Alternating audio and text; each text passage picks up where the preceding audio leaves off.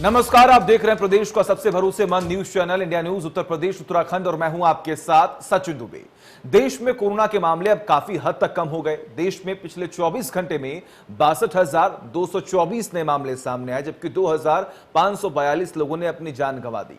हालांकि इस बीच जानकारों का यह मानना है कि देश में कोरोना वायरस की तीसरी लहर आने की संभावना है और इससे निपटने के लिए कई राज्यों ने पहले ही अपनी कमर भी कस ली है। तीसरी लहर में बच्चों के अधिक प्रभावित होने की आशंकाएं जताई जा रही हैं। दूसरी लहर में भी पहली लहर की अपेक्षा काफी संख्या में बच्चे संक्रमित हुए हैं। ऐसे में सरकार ने बच्चों को लेकर विशेष सावधानी बरतने की अपील की है। साथ ही प्रदेश भर में बच्चों को मेडिकल किट भी बांटी जा रही है। लेकिन बड़ा सवाल, बच्चों को कोरोना से कैसे बचाएं? तीसरी लहर में किस उम्र के बच्चों को ज्यादा खतरा है? सभी सवालों का जवाब देने के लिए हमारे साथ डॉक्टरों का एक विशेष पैनल जुड़ने वाला है। डॉक्टर अगले 1 घंटे तक आपको बताएंगे, आपके मन में जो सवाल है उनके जवाब देंगे। आपको करना सिर्फ इतना है कि आपको हमारे फोन नंबर 011-6136-2072 पर फोन करके सीधे देश के बड़े डॉक्टरों से बात कर सकते हैं। आपको बस करना इतना ही है कि आप हमारे फोन नंबर पर कॉल कर सकते हैं। 011-6136-2072 पर आपको कॉल करना है और आपके मन में जो भी सवाल हैं बेहिचक आप डॉक्टरों से पूछ सकते हैं, क्योंकि इंडिया न्यूज उत्तर प्रदेश उत्तराखंड आपके लिए यह प्लेटफॉर्म लेकर आया है, आपके लिए एक विशेष कार्यक्रम लेकर आया है कि आप बिना अपने घरों से बाहर निकले, बिना अपनी जिंदगी को रिस्क लिए, आप अपने घर पर बैठे जो नंबर लगातार आपकी टीवी स्क्रीन पर हम आपको दिखा रहे हैं, आप उस पर फोन कर सकते हैं और आप ये पूछ सकते हैं कि आखिर आपके मन में कोरोना को लेकर क्या सवाल है, वैक्सीनेशन को लेकर क्या सवाल है, आखिर बच्चों को कैसे इस वायरस से बचाना है, बच्चों को आखिर वैक्सीन कब लगेगी और वैक्सीन के ट्रायल्स आखिर कब तक हो पाएंगे पूरे बच्चों को लेकर, ये तमाम जानकारी जो हमारे साथ डॉक्टरों का एक विशेष पैनल जुड़ेगा वो आपके इन तमाम सवालों के जवाब देंगे, जिससे कि आप संतुष्ट हो सकेंगे। और खास तौर पर इंडिया न्यूज उत्तर प्रदेश उत्तराखंड लगातार ये आपसे अपील करता आया है कि आपको घबराने की जरूरत नहीं है, आपको धैर्य रखने की जरूरत है, क्योंकि वैक्सीन जरूरी है। वैक्सीन की जहां पर भी कमी देखी जा रही है वहां पर तुरंत वैक्सीन मुहैया कराई जा रही है, चाहे वो कोविशील्ड हो चाहे कोवैक्सीन हो। लेकिन जरूरी यह है कि आप धैर्य रखें, अपना अपॉइंटमेंट लें, रजिस्ट्रेशन करवाएं और जब भी आपको डेट मिले आप जाएं, वैक्सीन जरूर लगवाएं। और एक विशेष तौर पर लगातार ये हम आपसे अपील कर रहे थे पहले भी और आज भी कर रहे हैं कि सोशल मीडिया पर जो लगातार ज्ञान बांटे जा रहे हैं उन ज्ञान को आप बिल्कुल भी अपने दिमाग में न डालें, क्योंकि जरूरी यह होता है कि जो भी डॉक्टर्स या वैज्ञानिक या फिर सरकार की तरफ से गाइडलाइंस जारी की जा रही हैं, जो प्रिकॉशंस बरतने के लिए बात कही जा रही है, जो विशेष तौर पर रूल्स एंड रेगुलेशन को फॉलो करने के लिए सरकार की तरफ से आदेश दिए जा रहे हैं, आप उन तमाम चीजों को अपने दिमाग में रखें और कार्य करें। अगर आपसे कहा गया है कि आप सोशल डिस्टेंसिंग बरतें तो बिल्कुल बरतें।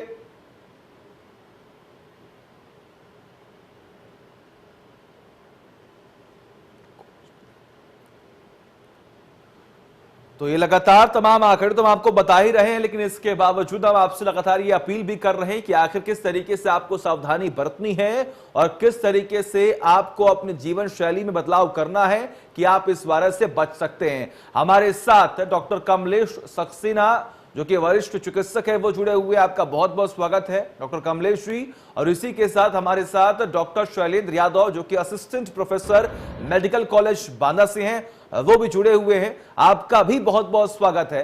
डॉक्टर कमलेश जी, आपसे मैं शुरुआत करना चाहूंगा क्योंकि इस वायरस के इस पूरे माहौल में हमने देखा है कि आखिर लोग कितने परेशान हुए हैं।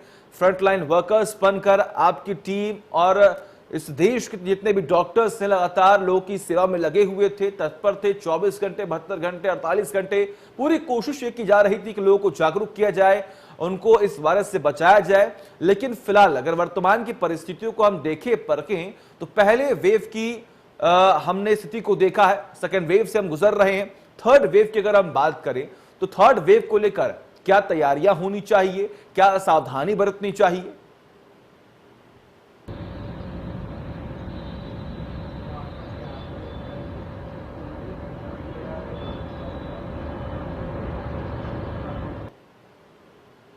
तीसरी वेव के लिए हम सबको सावधान रहना है, क्योंकि अभी तक जो पश्चिम से डाटा आए हैं तीसरी वेव के, तो हर जगह करीब करीब तीसरी वेव जो है वो रिपीट हुई है। और जैसा लोग एक अनुमान लगा रहे हैं, उसका कोई साइंटिफिक डाटा अभी हमारे पास नहीं है कि सुपर ही ज्यादा असर करेगी, ऐसी कोई पैनिक की बात नहीं है। और कभी कभी क्या होता है कि समुचित लोगों को शिक्षा मिल नहीं पाती है, तो लोग फेसबुक वाला जो आजकल काम चल रहा है, व्हाट्सएप यूनिवर्सिटी वाला, तो उसकी वजह से पैनिक ज्यादा हो जाते हैं।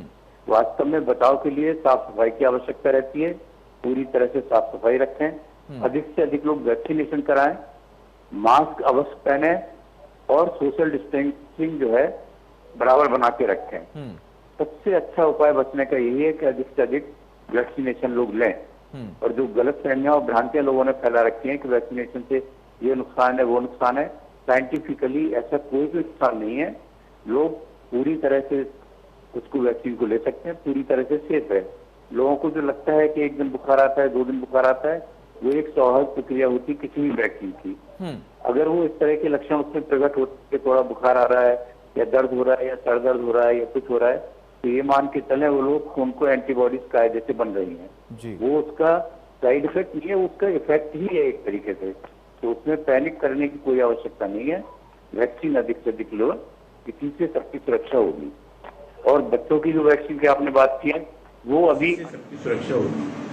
और बच्चों की जो वैक्सीन की आपने बात की है, वो अभी अंडर ट्रायल है, 1-2 महीने और लगेंगे, उसके बाद ही बच्चों के लिए वैक्सीन आ पाएगी। और अगले महीने से वैक्सीन की भी कोई कमी नहीं रहने वाली है। जिस तरह से भारत सरकार ने हम सब लोग को आश्वस्त किया है कि 21 जून के बाद से जो भी लोगों की डिमांड है, उतने स्तर पे हम वैक्सीन लोगों को देंगे। तो लोगों से अनुरोध यही है कि बिना किसी झिझक के अधिक से अधिक लोग वैक्सीनेशन सेंटर पर जाके या अपने मोबाइल से रजिस्ट्रेशन कराने के बाद वैक्सीन अवश्य लें, वही सबसे बड़ी सुरक्षा की गारंटी है। ठीक है, बिल्कुल। हमारे साथ इस वक्त डॉक्टर अखिलेश पटेल जो कि चाइल्ड स्पेशलिस्ट हैं, वो भी जुड़े हुए। आपका बहुत बहुत स्वागत है डॉक्टर अखिलेश जी। आज का हमारा ये विशेष कार्यक्रम इंडिया न्यूज ओपीडी खास तौर पर बच्चों पर डिपेंड है कि आखिर बच्चों को किस तरीके से वायरस से बचाया जाए। क्योंकि देखिए, तमाम जो आर्टिकल्स पेश किए जा रहे हैं, जो तमाम डाटा पेश किए जा रहे हैं, उसमें यही जिक्र किया गया कि फर्स्ट वेव में 45 प्लस के जो लोग हैं उनके लिए बहुत खतरनाक था फर्स्ट वेव। सेकेंड वेव उनके लिए खतरनाक था जो 30 या 35 से अधिक है।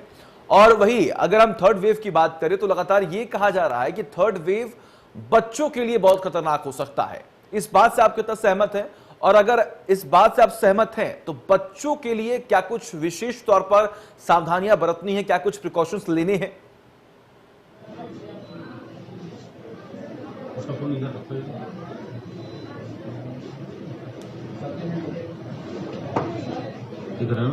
जी अखिलेश जी, क्या आपको मेरी आवाज मिल रही है?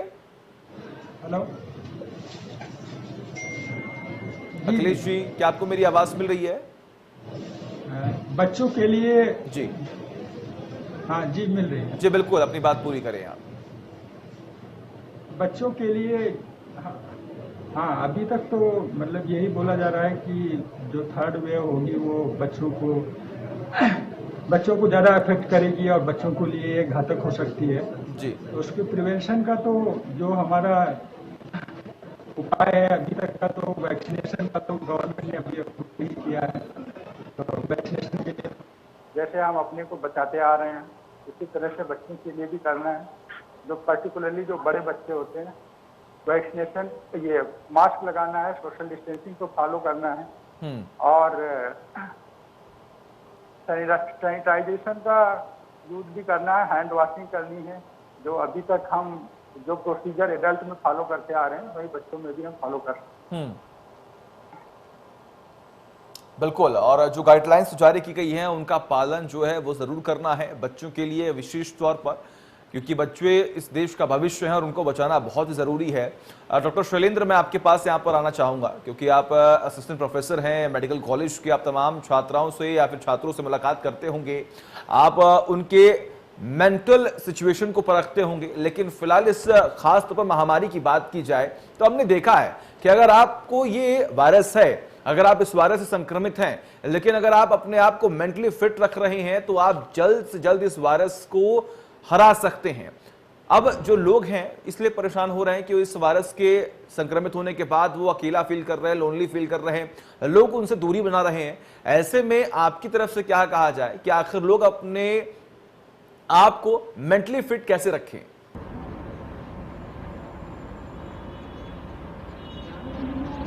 जी सचिन जी, मैं ये कहूँगा कि सबसे ज़रूरी जो चीज़ है अपने इंडिया में यह कि एक कोविड अप्रोप्रिएट बिहेवियर, कि हम लोग हिंदुस्तानी लोग हैं नियम कानूनों को फॉलो करने के आदी नहीं है। जब पिछले साल प्रधानमंत्री जी ने लॉकडाउन लागू किया तो लोगों को बहुत बुरा लगा, लेकिन हमें अपने बिहेवियर में चेंज करने की आवश्यकता है, जिससे हम कोविड को फैलने से बचा सकते हैं तथा जो अपने फैमिली में, अपनी सोसाइटी में जो भी मरीज है उसकी बचत करें, सोशल डिस्टेंसिंग ना करें, फिजिकल डिस्टेंसिंग करें, उस पेशेंट को अवॉइड ना करें, ठीक है।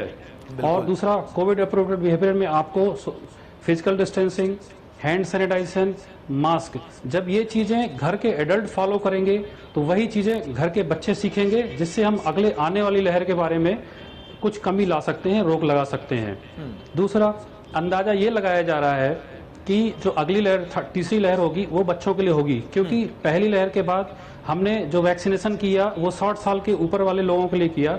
सेकेंड लहर के बाद जो हमारा वैक्सीनेशन का टारगेट है वो 18 प्लस वाले उम्र वाले लोगों के लिए है। तो ऐसा माना जा रहा है कि जो लोग अनवैक्सीनेटेड रह जाएंगे, जिनको वैक्सीन नहीं लगी होगी, वो सबसे प्रोन कैटेगरी में होंगे। इसलिए ऐसा अनुमान है कि जो अगली लहर आएगी वो 18 साल से नीचे वाले लोगों के लिए होगी, लेकिन ऐसा कोई रिसर्च नहीं है, ऐसा सिर्फ अंदाजा लगाया गया है।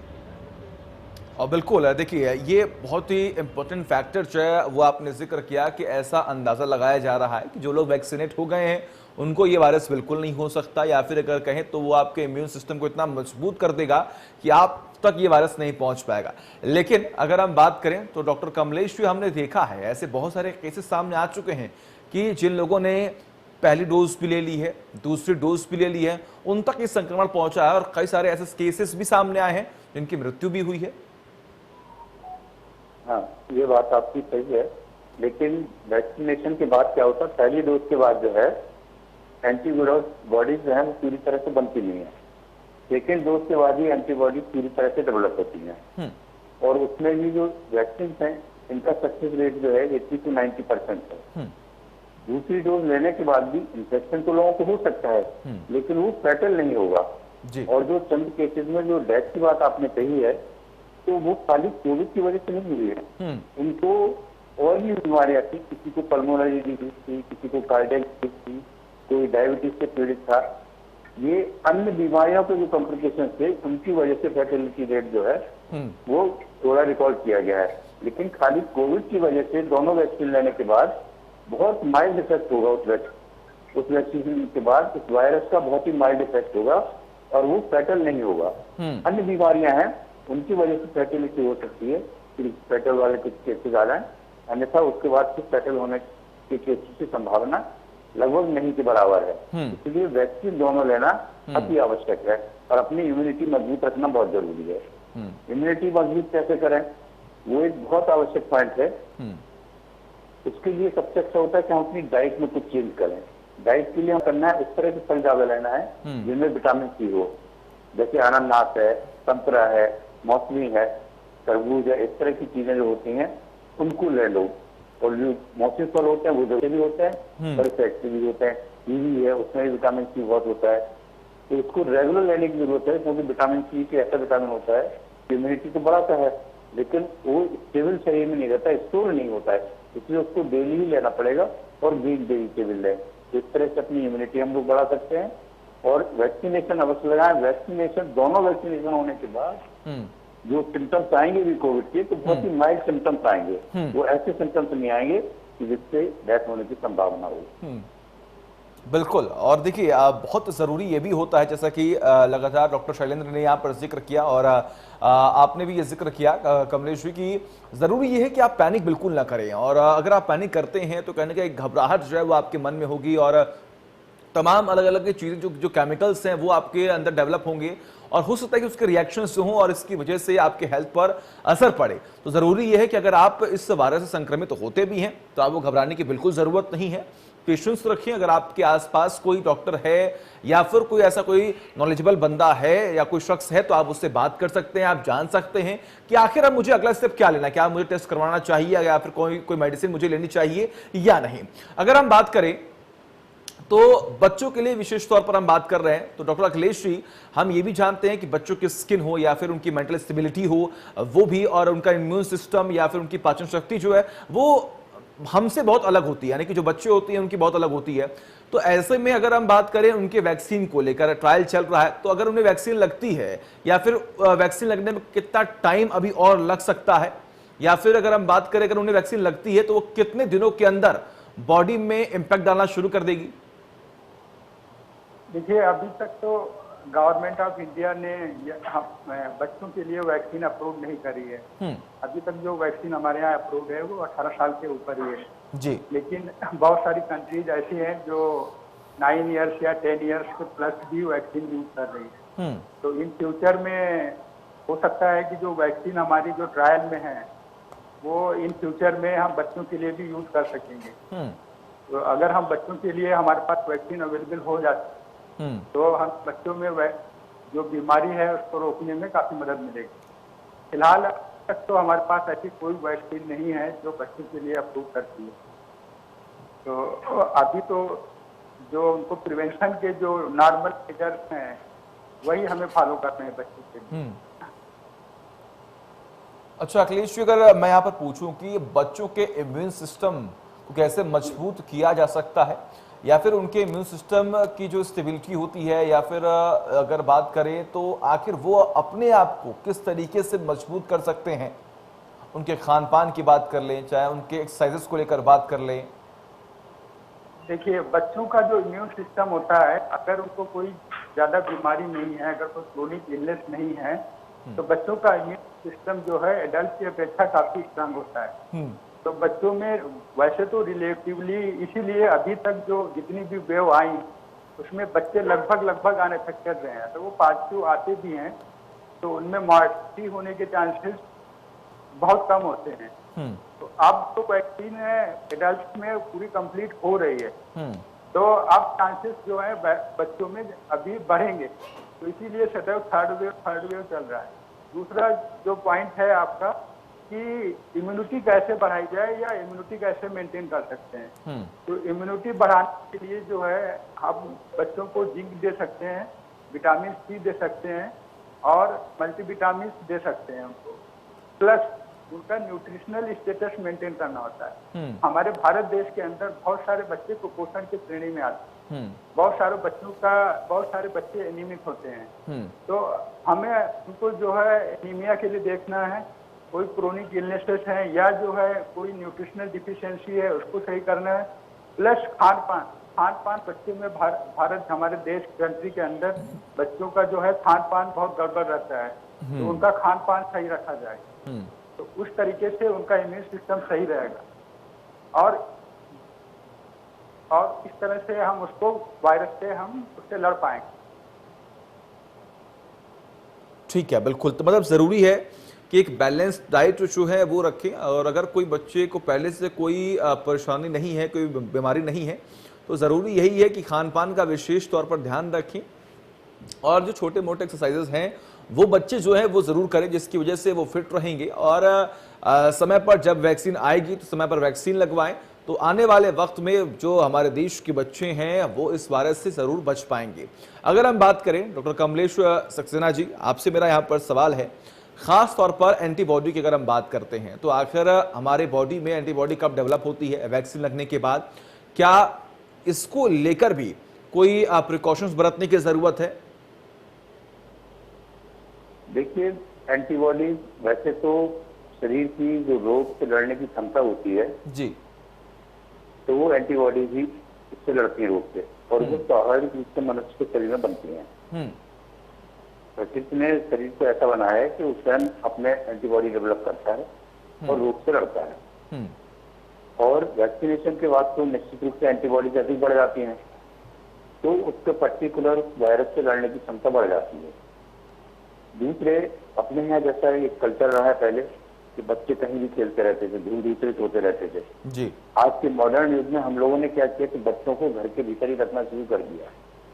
तो ऐसे बच्चे जो घर के बाहर नहीं निकलते हैं, बच्चों में मिक्सअप नहीं होते, खेलते नहीं है, धूल में नहीं खेलते हैं, तो इससे भी इम्यूनिटी बच्चों की कमजोर हुई है। बच्चों को हर तरह के वातावरण में रहने की आदत डालनी चाहिए, तो उससे बच्चों की इम्यूनिटी बढ़ती है। जैसा भी डॉक्टर ने बताया, बहुत अच्छी बात बताई कि बच्चों को दूध मिलना चाहिए, विटामिन सी में।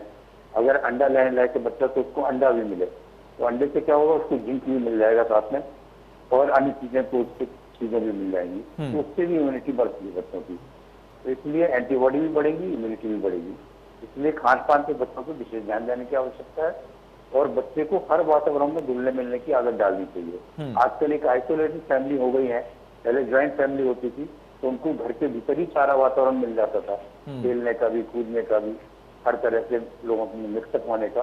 तो इसलिए एक सामाजिक समस्या लोगों में पैदा हो रही है कि हम बच्चों को कैसे खुश रखें। तो इस समय पेरेंट्स को ये करना चाहिए कि बच्चों के दोस्त बनते उनके साथ घर में रहें, ताकि वो अपने को आइसोलेटेड महसूस ना करें और किसी भी तरह से डिप्रेशन में ना जाए। इस बात का विशेष ध्यान रखने की आवश्यकता है। बाकी नेचुरली एंटीबॉडी बनती है शरीर तरफ से प्रदत्त है, वो बनेगी, और रोग से लड़ने की क्षमता, जैसे डॉक्टर ने बताया, वास्तव में बच्चों में, बुजुर्गों से और नौजवानों से ज्यादा क्षमता होती है रोग से लड़ने की। ठीक है, बिल्कुल। अखिलेश जी, शैलेंद्र जी, कमलेश जी, आप लगातार बने रहिए हमारे साथ। एक छोटा सा, डॉक्टर अखिलेश पटेल जो कि चाइल्ड स्पेशलिस्ट है वो जुड़े हुए हमारे साथ, डॉक्टर कमलेश सक्सेना जो कि वरिष्ठ चिकित्सक है वो जुड़े हुए, और इसी के साथ ही साथ डॉक्टर शैलेंद्र यादव जो कि असिस्टेंट प्रोफेसर हैं मेडिकल कॉलेज के बांदा, वो भी जुड़े हुए हमारे साथ। मेरा सवाल डॉक्टर शैलेंद्र आपसे यहाँ पर होगा, क्योंकि इस वायरस के महामारी के दौर में तमाम तस्वीरें सबके सामने स्पष्ट होती हुई दिखाई दी, लेकिन ऐसे में तमाम अफवाहें भी फैलाई गई हैं। अगर हम विशेष तौर पर बात करें तो इससे पहले, ब्रेक से पहले हमने बात की थी एंटीबॉडी को लेकर, लेकिन अब इसी बीच में यह भी कहा जा रहा है कि अगर आप वैक्सीन लगवाने के बाद अल्कोहल का सेवन करते हैं, अगर आप अल्कोहल लेते हैं, तो उसके बाद जो एंटीबॉडी डेवलप होने की टाइमिंग है वो काफी स्लो हो जाएगी। आखिर इसमें सच्चाई कितनी है?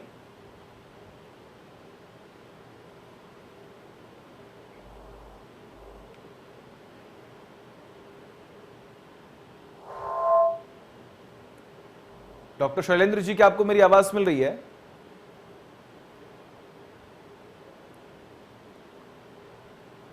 चलिए, हमारा संपर्क जो है वो यहाँ पर टूट गया है। सीधे रुक करेंगे डॉक्टर कमलेश सक्सेना के पास। कमलेश जी, क्या आपको मेरी आवाज मिल रही है?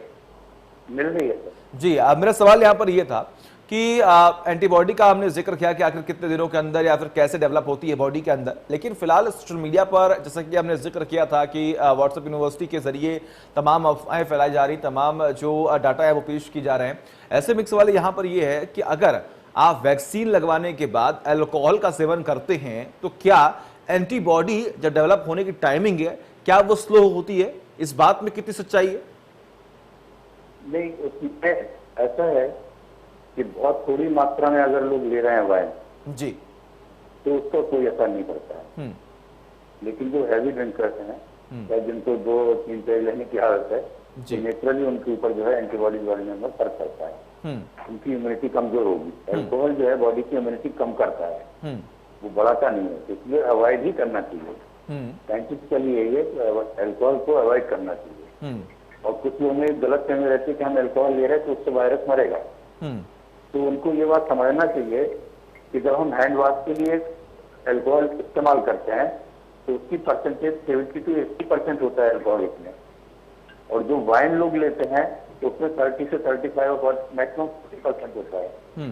तो वो किसी भी तरह से ना तो वायरस को किल करती है। ठीक है, बिल्कुल बिल्कुल बिल्कुल। कमलेश जी, मैं आपको यहाँ पर रुकना चाहूंगा। हमारे साथ इस वक्त हमारे दर्शक सीमा जुड़ी हुई हैं। सीमा, पूछिए, क्या पूछना है आपको? सर, मुझे पिछले महीने 4 मई को कोरोना हुआ था, और उसके बाद यानी मैं कोई सीरियस सिम्टम नहीं थे, बस मुझे खांसी भर आती थी, बाकी कोई कोरोना के सिम्टम नहीं थे। ठीक है। और मैंने 10 दिन के बाद दोबारा चेक करवाया तो मेरा निगेटिव आ गया था। लेकिन तब से लेकर के अभी तक मेरी खांसी नहीं सही हुई और वो काफी बढ़ती ही जा रही है। ठीक है, मैं चाहूंगा कमलेश जी, सीमा जी ने जो पूछा इनका जवाब दें आप। 4 मई को इनकी रिपोर्ट पॉजिटिव आई थी, लेकिन 10 दिन के बाद इनकी रिपोर्ट वापस से नेगेटिव आई जब इन्होंने टेस्ट करवाया, लेकिन जो खांसी की दिक्कत है वो अभी तक गई नहीं है। तो क्या अभी भी ये वायरस के लक्षण उनकी बॉडी में हैं या फिर ये कोई दूसरी बीमारी है? नहीं, कोविड के बाद अक्सर क्या होता है कि पेशेंट में सारे सिम्टम्स प्रकट होना जरूरी नहीं है। हर पेशेंट को सारे सिम्टम्स आए ये कोई आवश्यक नहीं है, लेकिन जब भी ये वायरस अटैक करता है तो जब RT-PCR की रिपोर्ट पॉजिटिव आती है तो लंग्स को जरूर अफेक्ट करता है टू सम एक्सटेंट। कितना करता है वो जो है जांच से ही मालूम पड़ता है। तो इसलिए HRCT के लिए हम लोग तो ज्यादा प्रमोट करते नहीं है, क्योंकि हैवी एक्सपोजर होता है एक्सरे का उसमें, तो नॉर्मली डॉक्टर HRCT के लिए मना करते हैं। लेकिन एक डिजिटल एक्सरे से भी मालूम पड़ जाता है कि लंग्स के ऊपर कितना प्रभाव है। तो कोविड में भी जो है खांसी आ सकती है 10-15 दिन, और एक बार नेगेटिव हो गया तो कोई चिंता की बात नहीं है। ऐसी स्थिति में ये एजिथ्रोल 500 टैबलेट जो है वो 5 दिन तक ले सकती हैं। और एक कोई भी कफ मिक्सचर, जैसे ड्राई कफ आ रहा है तो कोरेक्स DX ले लें तो सबके लिए इफेक्टिव रहता है। और एजिथ्रोल टैबलेट जो है 500 मिलीग्राम की 5 दिन लगातार खाने से खांसी दूर हो जाएगी। और ऐसे में कोर्टिकोस्टेरॉइड से बचना चाहिए और सेल्फ मेडिकेशन नहीं करना चाहिए, अपने आप दवा नहीं लेनी चाहिए। अपने कहीं भी किसी फिजिशियन से कंसल्ट करें। अभी जितना हम सलाह दे रहे हैं उसमें एजिथ्रोल ले सकते हैं 500 मिलीग्राम की डेली 1 टैबलेट 5 डेज तक, और कोरेक्स DX ले लें 1 चम्मच 3 बार, इसी से खांसी हो जाएगी। और थोड़ी भाप लेते रहें सुबह शाम। तो सुना आपने सीमा जी, आप भाप लेते रहिए और जो बेसिक मेडिसिन हैं वो भी आप उनका सेवन कर सकते हैं, घबराने की जरूरत नहीं है। और जैसे सीमा जी ने कॉल किया, उनके मन में जो सवाल थे उन्होंने पूछे, जो भी डॉक्टर्स हमारे साथ जुड़े हुए हैं, ऐसे ही लगातार अगर जो भी दर्शक हमें देख रहे हैं, हम आपसे ये अपील करते हैं कि घबराने की जरूरत नहीं है, अपने घरों में कैद रहें और जहां जरूरी हो वहीं पर जाएं, क्योंकि अब प्रतिबंध हट चुका है और लोग जो हैं अपने घरों से बाहर निकल रहे हैं, अधिक मात्रा में निकल रहे हैं। लेकिन इस बीच में सरकार की तरफ से लगातार यह अपील की जा रही है कि बेवजह अपने घरों से बाहर न निकले। जरूरी है तो अपने घरों से बाहर निकले, लेकिन अपने चेहरे पर मास्क जरूर लगाएं, अपने हाथों को सैनिटाइज करें, और खासतौर पर अगर आपके घर में बच्चे हैं, बुजुर्ग हैं, तो उनको सावधानी बरतने के लिए बार बार कहें। और इंडिया न्यूज के टीवी स्क्रीन पर लगातार ये आपको नंबर दिख रहा है, उस नंबर पर आप फोन कर सकते हैं और आपके मन में कोई सवाल है तो आप उन सवालों के जवाब ले सकते हैं। बिल्कुल कमलेश जी, आगे बढ़े, आप अपनी बात पूरी करें। मैं कहना चाहता हूँ आजकल पोस्ट कोविड केसेज में ब्लैक फंगस की काफी बात आ रही है। ठीक है, तो उसके लिए जो हम लोग डेली मास्क उपयोग में लाते हैं मास्क, तो उसको डेली धो लेना चाहिए, क्योंकि ये फंगस है ह्यूमिडिटी में ही डेवलप होता है। तो अक्सर क्या करते हैं लोग 2-3 दिन तक अपना मास्क नहीं धोते हैं, तो वो उसमें जो है सांस लेने की वजह से ह्यूमिडिटी डिपॉजिट होती रहती है, तो उसमें इस तरह के इन्फेक्शन होने की संभावना रहती है। या ICU में लोग ज्यादा समय रहे हों तब भी ऐसा होता है कि प्रॉपर स्टेरिलाइजेशन ना हो पाया हो और कोई ऑक्सीजन लेवल किसी को लगाया, उसके बाद पूरी तरह से स्टेराइज नहीं कर पाए, वो दूसरे के ऊपर रख दिया मास्क, तो उस वजह से इस तरह की संभावनाएं रहती है। तो आदमी को खुद अपनी सेफ्टी के लिए डेली मास्क चेंज करना चाहिए। दिन भर आप उपयोग करिए, शाम को उसको धो के डाल दीजिए। ठीक है, फिर उसको उपयोग करें, बिना धोए उसको दोबारा उपयोग ना करें। ठीक है, बिल्कुल। शैलेंद्र जी, क्या आपको मेरी आवाज मिल रही है? जी सचिन जी, मैं सुन रहा हूँ आपको। जी बिल्कुल। मैं आपके पास आना चाह रहा था, लेकिन तकनीकी खामी की वजह से आपकी आवाज हमको नहीं पहुंच पा रही थी। मेरा सवाल यहाँ पर ये है कि देखिए, ऐसा नहीं है कि यह पहली बार ऐसा वायरस जो है हमारे देश में दस्तक दे चुका है। इस देश ने कई सारी ऐसी विभीषिकाओं को झेला है और कई सारे ऐसे वायरस थे जिसने ये इस देश में जंग जीती भी है। लेकिन ऐसे में कई सारे सवाल खड़े हो रहे हैं वैक्सीन को लेकर, क्योंकि अभी तक जितने भी वायरसेस आए हैं, जितने भी फंगस आए हैं, जितनी भी महामारी इस वक्त हमारे देश में आ चुकी हैं या फिर पहले आई थी, सबसे कम समय में इस कोरोना वायरस की वैक्सीन बनी है। तो क्या जितने कम समय में ये वैक्सीन बनी है, तो क्या ये उतनी कारगर है हमारी बॉडी पर? क्योंकि हमने देखा है पहले सबसे कम समय में 4 साल में एक वैक्सीन बनी थी मम की। तो क्या जितने कम समय में कोरोना वायरस की वैक्सीन बनी है, क्या ये उतनी कारगर है? कहीं कोई लापरवाही तो नहीं हुई?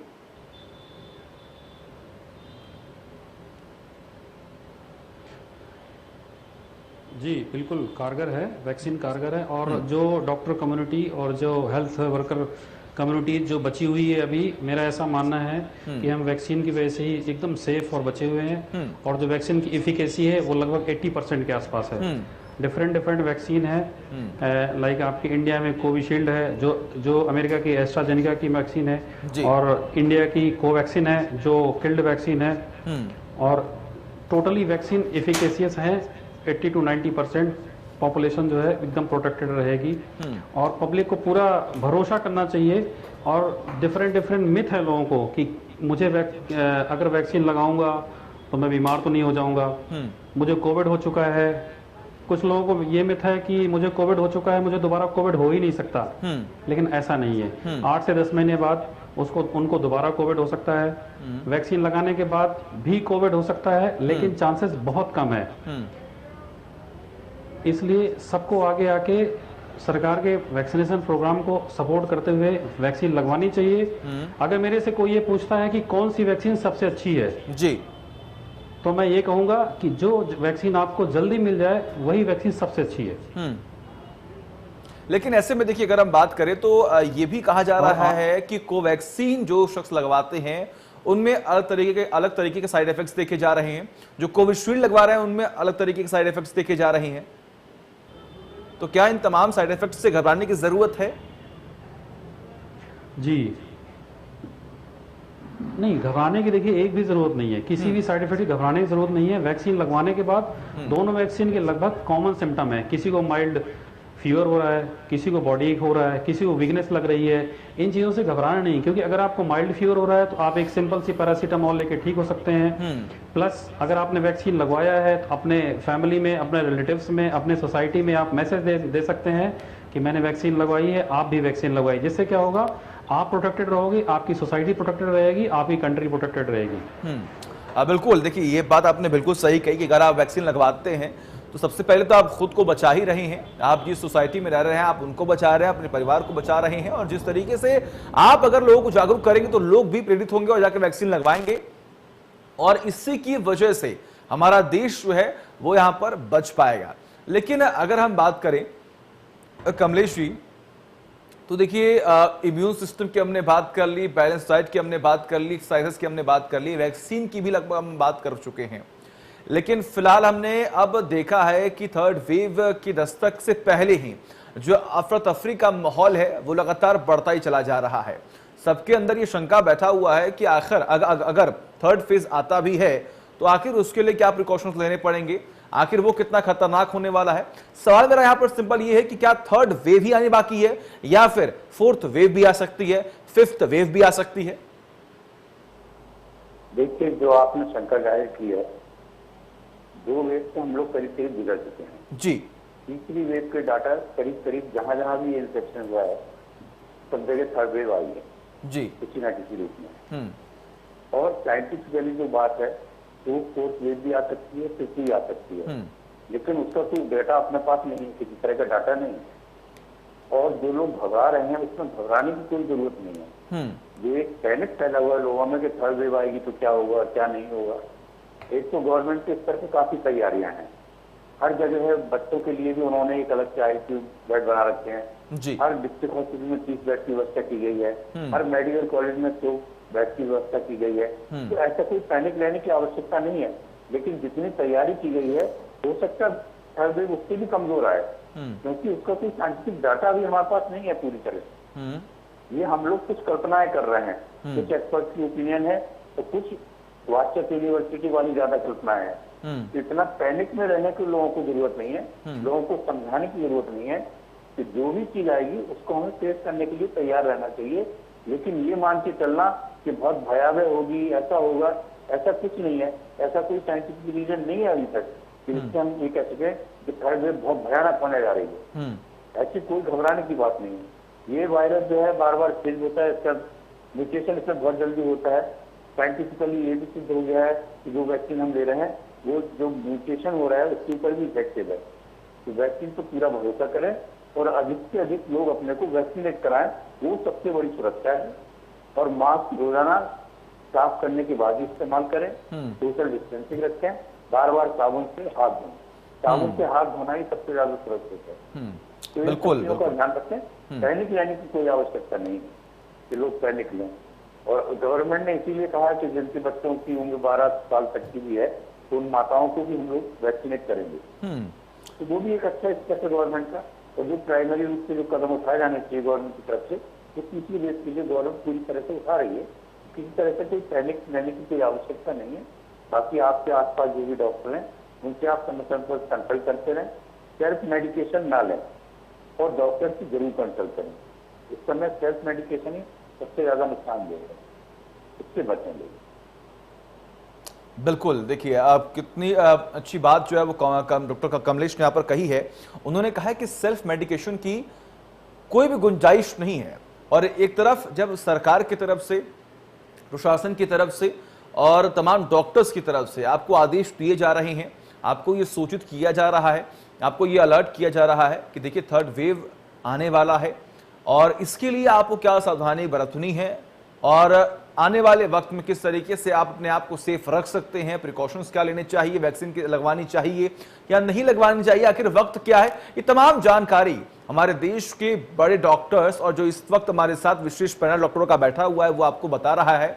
तो घबराने की जरूरत नहीं है, पैनिक होने की जरूरत नहीं है, पेशेंस रखने की जरूरत है कि जब भी वैक्सीन आपको मिले आप तुरंत लगवाएं। पहले चाहे वो कोई भी वैक्सीन, चाहे कोवैक्सीन हो या फिर अगर हम बात करें कोविशील्ड हो, जो भी वैक्सीन आपके क्षेत्र में, आपके एरिया में अवेलेबल है, आप वैक्सीन लगवाएं और अपने आप को सुरक्षित पाएं।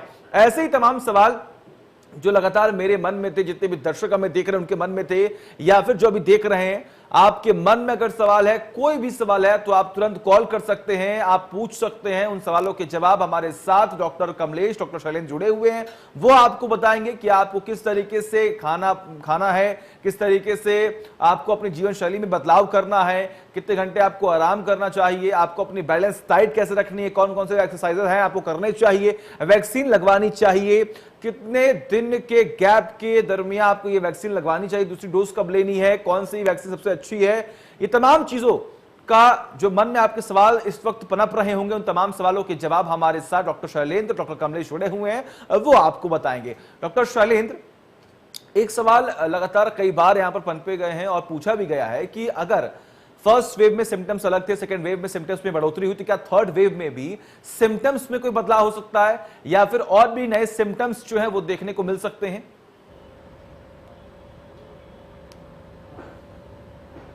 सचिन जी, देखिए जैसे कोविड एक ऐसी बीमारी थी जिसपे कुछ भी प्रेडिक्शन करना बहुत मुश्किल था। तो इसमें पहले से हमारे पास कोई ऐसा डाटा नहीं था कि कौन कौन सिम्टम आएंगे। लेकिन पहले वेव में सबसे जो मेन सिम्टम थे वो अपर रेस्पिरेटरी ट्रैक्ट इन्फेक्शन थे जी। लेकिन जो सेकेंड वेव में थे उसमें कुछ भी इन्वॉल्वमेंट होता था। पेशेंट को डायरिया करके प्रेजेंट किया, पेशेंट अपर रेस्पिरेटरी ट्रैक्ट करके प्रेजेंट किया, पेशेंट को निमोनिया हुआ, कुछ पेशेंट को क्या हुआ, हेमीपैरेसिस हुआ, पैराप्लेसिस हुआ। तो सेकेंड वेव में आप ये नहीं कह सकते थे कौन सा सिम्टम होगा कौन सा नहीं होगा। इसलिए चूंकि ये नई बीमारी है इसलिए इसके बारे में प्रोडक्शन करना बहुत मुश्किल है। पर हाँ, अगर बच्चों में ऐसा अनुमान लगाया जा रहा है कि बच्चों में होगा तो बच्चों के सिम्टम अलग अलग होते हैं, वो अलग से प्रेजेंटेशन होगा।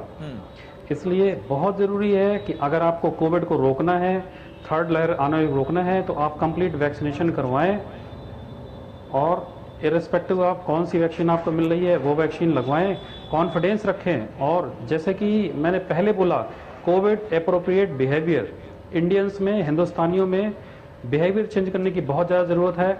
हम लोग कुछ भी रूल्स रेगुलेशन फॉलो करने में बहुत हिचकिचाते हैं। इसलिए हो सकता है कि तीसरी लहर, चौथी लहर, पांचवी लहर, मैं ऐसा कह नहीं रहा हूं कि आएंगी, पर हो सकता है कि हमको आदत बनानी पड़े कि हमेशा कोविड हम लोगों के बीच में रह जाए। इसलिए आदत बनानी पड़ेगी कि हमें मास्क लगाना, सोशल डिस्टेंसिंग मेंटेन करना, सैनिटाइजेशन करना। अपनी पीढ़ी में, आगे आने वाले बच्चों में सबको एक आदत बनानी होगी, सबको आदत ट्रांसफॉर्म करनी होगी कि सब लोग कोविड एप्रोप्रिएट बिहेवियर के आदी बन जाएं। ठीक है, बिल्कुल। और एक सवाल और है डॉक्टर शैलेंद्र जी, देखिए अगर हम बात करें तो वैक्सीन को लेकर तमाम ट्रायल्स तो हो ही रहे हैं और कई सारे ऐसे लीगल प्रोसेस हैं जिसके दरमियान गुजरना पड़ता है उन्होंने, लेकिन इस बार हमने देखा है, लेकिन फिलहाल तमाम तस्वीरें स्पष्ट होती हुई दिखाई दे रही हैं। हमारे साथ इस वक्त एक दर्शक फरमान अली जुड़े हुए हैं। फरमान जी, पूछिए, क्या पूछना है आपको? ये पूछना चाह रही थी कि मेरी उम्र लगभग जो है 52 साल की है और मुझे शुगर रहता है जी। तो मुझे वैक्सीन लगवा लेनी चाहिए नहीं? ठीक है डॉक्टर कमलेश जी, क्या आपको सवाल क्लियर हुआ? क्या पूछा इन्होंने? जी फरमान जी, मैं चाहूंगा एक बार अपना सवाल आप फिर से दोहराएं। मेरी उम्र जो है लगभग 52 साल की होगी और मैंने भी वैक्सीन नहीं लगवाई है। मुझे शुगर रहता है 300 के आसपास। हेलो जी कमलेश जी, देखिए कुल मिलाकर इनका सवाल ये है कि इनकी उम्र जो है वो काफी ज्यादा है और क्या इन्हें वैक्सीन लगवानी चाहिए या नहीं। कितनी एज बताइए इन्होंने?